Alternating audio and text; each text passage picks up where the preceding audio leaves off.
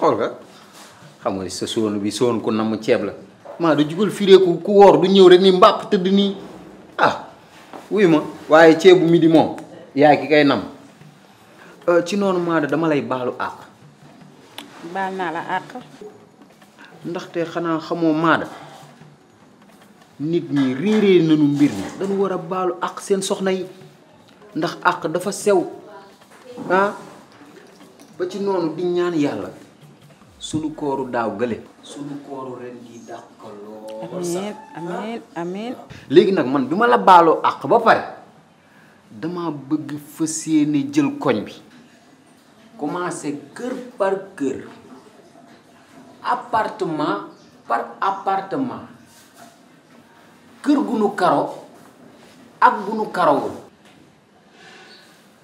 grand petit célibataire marié ba ci ki ñàkk ak ki am ba ci opposition ak pouvoir ndax gis nga ren gii ci koor gi bëgguma si yoreek nit ki lu toll ni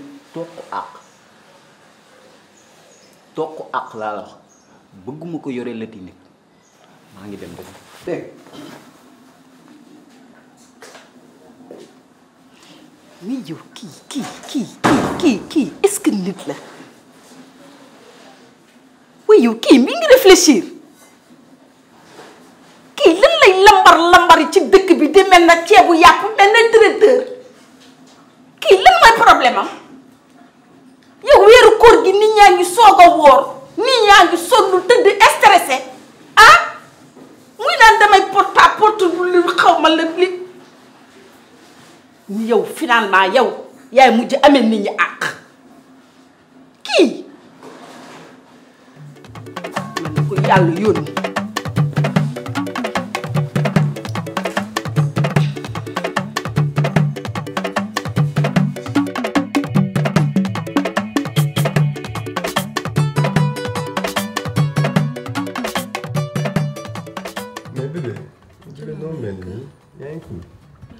ça va. mais vérifier sa kanam bébé tey dama am bonne nouvelle pour yow. dama jàpp 15 000 francs tey naar bi donc foog ma changer la sa téléphone bi sama yooyu tey bonne nouvelle la am bébé. te ngaa génn ci li nga ne yow génn koo ci naar bi ba tey yow kañ ngay bàyyi naar bi nga dem nga liggéey comme say moroom. bébé yaa tax may jël sama temps di xool match yi guddi chaque guddi. sama ba tey maa ngi lay xaar fii.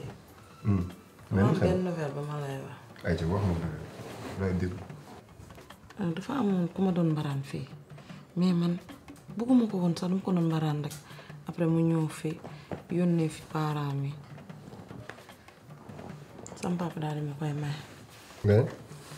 ma ne. dafa amoon benn kii bi ma doon génnal Tapha xam nga ko. tonton Tapha. waaw paa bi. jaay ko de drogue bi. kan moo wax day jaay drogue doo bàyyi. kooku maa ko xam Tapha Touré jaay ko drogue lañ lay may moom nga may jëndee man. waaw lan laa si man ñëw na sama papa may ma lu ma ci man te man sama papa lu mu wax loolu laay def. kon lii moo sa tontu yow. ak fi ñu jaar yëpp ma ak yow depuis école. ma defar la ba nga mel ni nga naan may Tapha amul problème. lan nga bëgg. mais kon caaxaanoo nii. amul benn problème. yow sa papa su la waxee doo def. ok baax na amul problème. lenn la laa lay wax. yaa ngi dem ci sëy boobu noonu de mais doo ci am lu la neex. man maa la wax loolu. yow yaay kan. soxna si. yow fan nga toj ba duma ci am lu ma neex. tu auras bientôt de mes nouvelles. très très bientôt. mais wax nga may wax rek 15 bi man 15 bi damaa mën a yor puusoo paasoo bëgg maa rey.